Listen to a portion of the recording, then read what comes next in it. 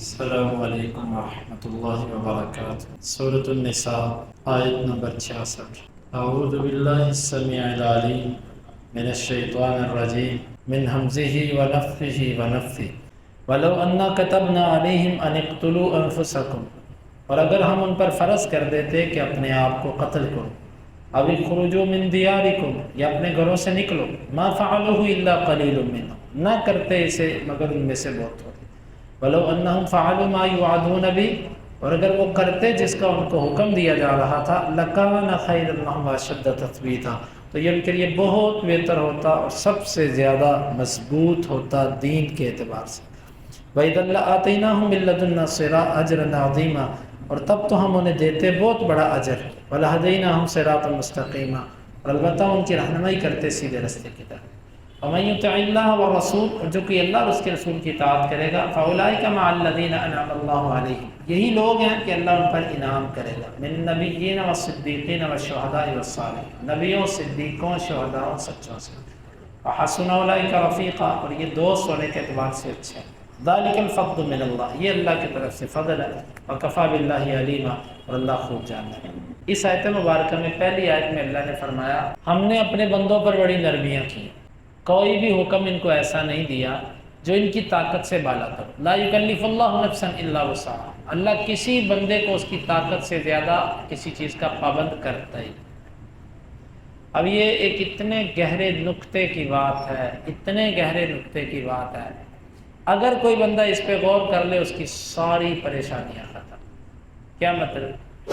اللہ کہتا ہے میں کسی بندے کو اس کی طاقت سے زیادہ تکلیف نہیں دیتا، اس کا مطلب ہے میرے اوپر جتنی تکلیفیں آئی ہیں میں اس کو سہ سکتا تھا، تبھی اللہ نے دی۔ پہلی تو تسلی اس پر ہوتی ہے کہ کوئی بات نہیں، میرے اندر بندہ ایسے ہی کہتا رہتا ہے یار میرے کو نہیں برداشت ہونا، میرے سے نہیں برداشت ہو سکتا، تیرے سے برداشت نہ ہو سکتا ہوتا تو اللہ تجھے مبتلا ہی نہ کرتا۔ یہ جو لوگ کہتے ہیں کہ ہم سے دین پر عمل نہیں ہوتا، یہ چیز کون کر سکتا ہے، یہ تو بڑا سخت ہے، یہ جھوٹ ہے۔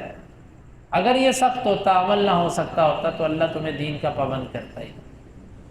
یعنی اس آیت سے پہلا نقطہ یہ سمجھ آتا ہے کہ اللہ نے بندوں کے لیے تخفیف دی، اللہ کے ہر فیصلے میں نرمی ہے، اور ہم اس پر سوچیں، غور و فکر کریں تو پھر اپنے آپ کو مطمئن پائیں گے۔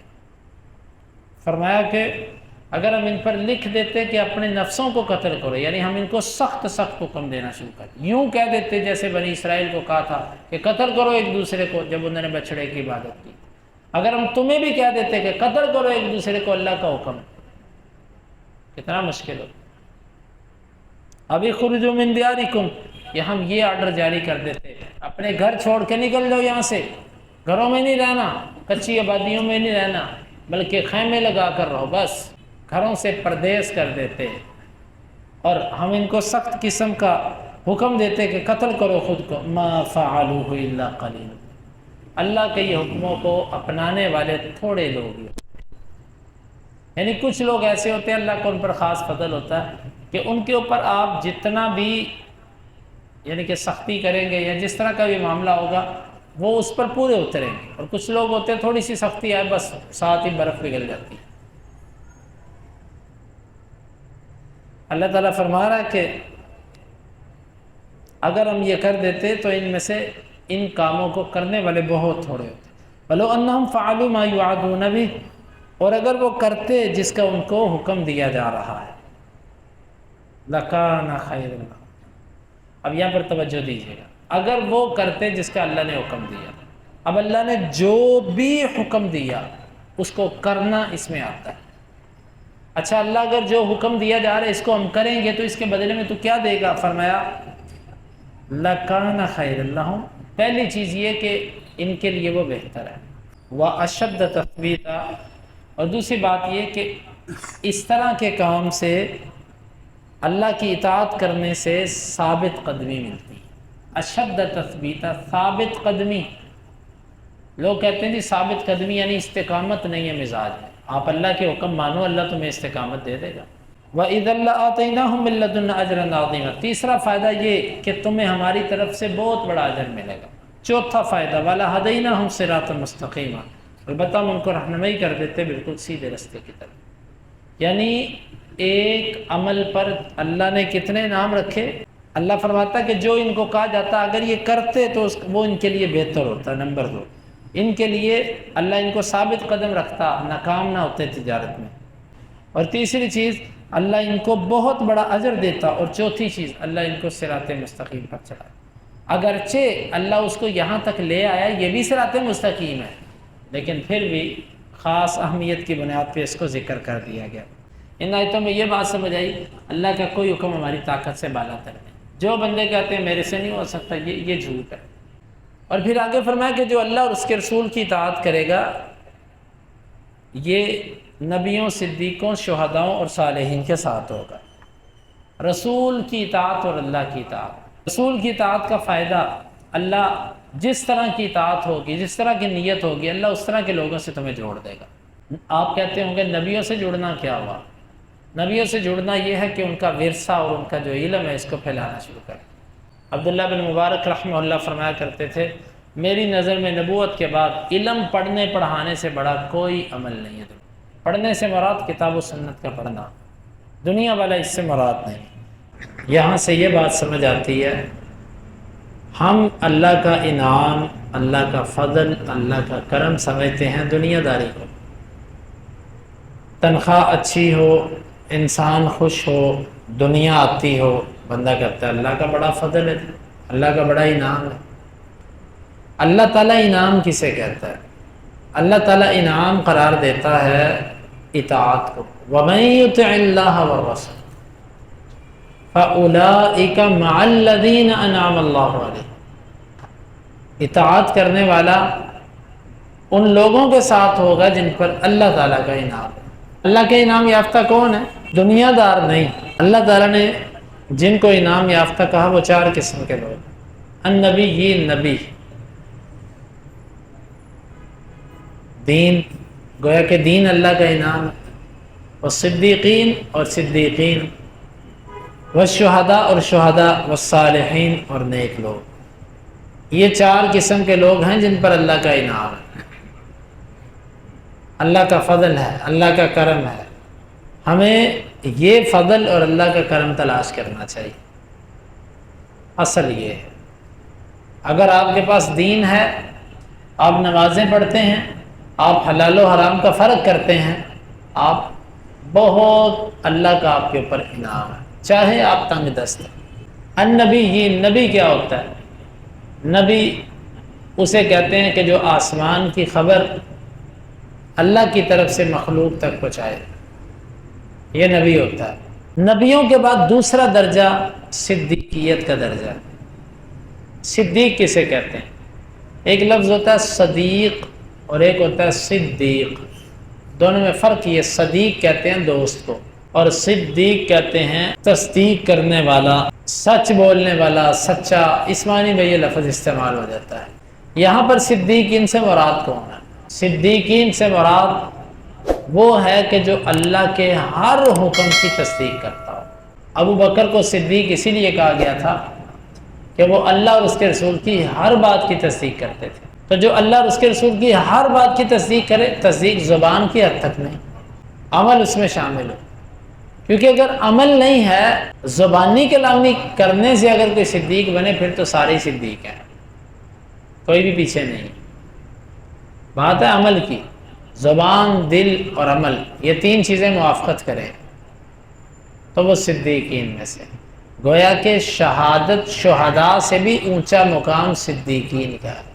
والشہداء، اور شہید. شہید کون ہوتا ہے؟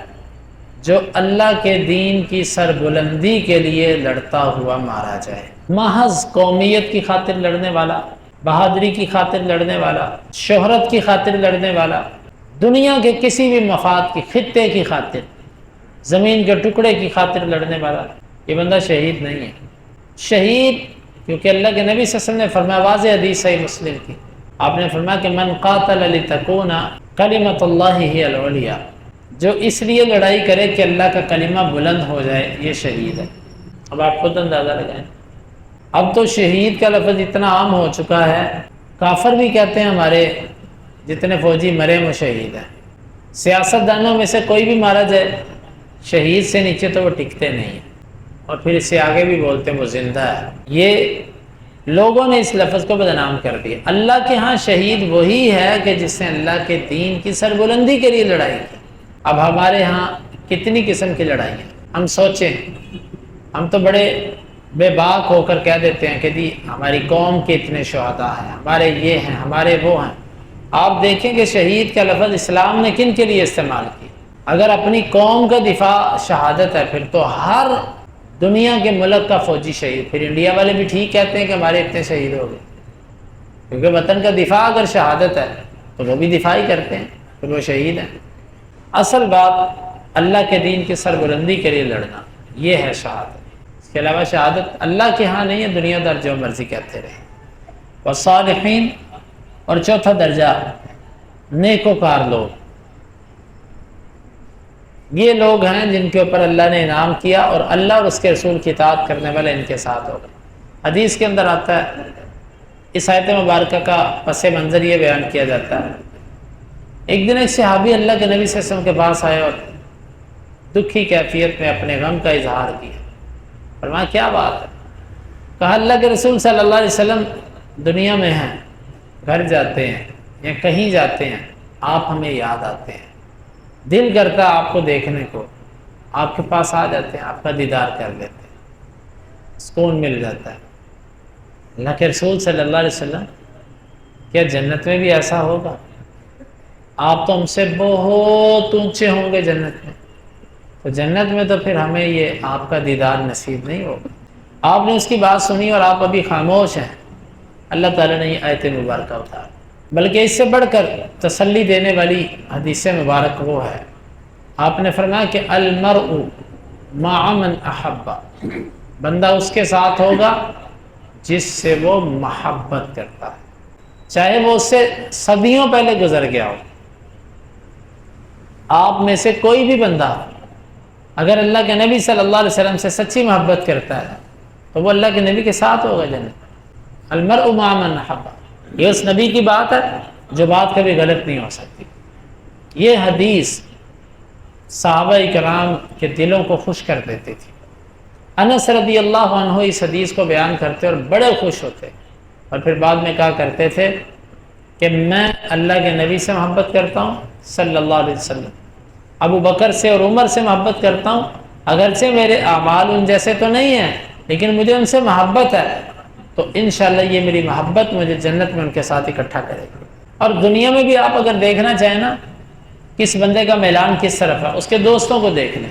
المرء مع من احب، آپ یہ جاننا چاہتے ہیں آپ جنت میں کس کے ساتھ ہوں تو آپ پریشان کیوں؟ آپ دیکھیں آپ دنیا میں کن کے ساتھ رہتے ہیں۔ اگر تو آپ دیندار لوگوں سے محبت رکھتے ہیں، مسجدوں میں بیٹھنے والوں سے آپ کو پیار ہے، وہ دین پڑھنے پڑھانے والوں سے آپ کو محبت اور لگاؤ ہے اور الفت ہے اور انس ہے، آپ ان کے ساتھ وقت گزارتے ہیں، تو اس کا مطلب ہے کہ انشاءاللہ آپ کی آخرت بھی انہی لوگوں کے ساتھ ہوگی، کیونکہ انسان جن عادات پہ پھلتا پھولتا ہے اسی پہ اس کا اختتام ہوتا ہے۔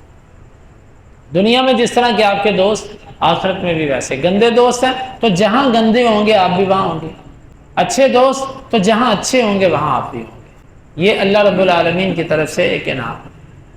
وَحَسُنَ أُولَٰئِكَ رَفِيقًا، اور یہ لوگ ساتھی ہونے کے اعتبار سے واہ واہ، کتنا عظیم آدمی ہے کہ جس کو یہ لوگ بطور ساتھی مل گئے۔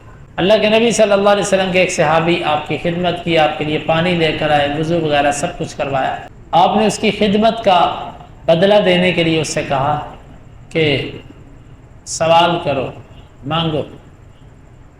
کہا اللہ کے رسول صلی اللہ علیہ وسلم آپ سے کچھ نہیں چاہیے، ہاں اگر لے کر دیتے ہیں تو اسألک مرافقتک فی الجنہ، جنت میں آپ کا ساتھ چاہتا ہوں، کچھ اور وہ بھی یہی ہے، کچھ اور وہ بھی یہی ہے، اور کچھ نہیں لینا۔ تیرا ہاتھ اٹھتے نہیں دعا کے لیے تجھے مانگنے کے بعد، جب اللہ سے آپ کو مانگ لیا تو پھر اب اور کیا لینا ہے، اب نہیں۔ کہا اچھا تم پھر ایک کام کرو، وہ کام یہ ہے اعنی علی نفسک بکثرۃ السجود، اپنی اس خواہش کو پورا کرنے کے لیے میرے ساتھ ایک مدد یہ کرو کہ زیادہ نوافل پڑھا کرو، زیادہ نوافل پڑھا کرو۔ آپ نے ایک نسخہ بھی بتلا دیا مجھے اور آپ کو، یہ انشاءاللہ ہم بھی اگر اس کو اس نیت سے اختیار کریں تو اللہ دے گا انشاءاللہ۔ آپ نے فرمایا کہ تم یہ کام کرو اللہ تمہیں ساتھ دے گا، یعنی کہ جو بندہ جن سے محبت کرتا ہے اللہ پھر ان کو اس تک اس کو پہنچانے کے لیے جو اعمال ہوتے ہیں اس کی بھی توفیق دے دیتا ہے۔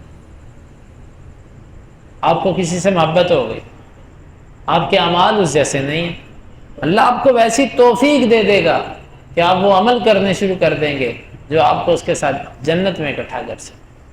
یہ لوگ بڑے اچھے دوست ہیں۔ اچھا، یہ آخرت میں بھی اچھے دوست ہیں اور دنیا میں بھی اچھے دوست ہیں۔ اب دیکھیں ہم دنیا میں ہیں، ہمارا دین کے لیے مسجد کے لیے بیٹھنے والے ان سے دوستی ہماری کتنی کیا۔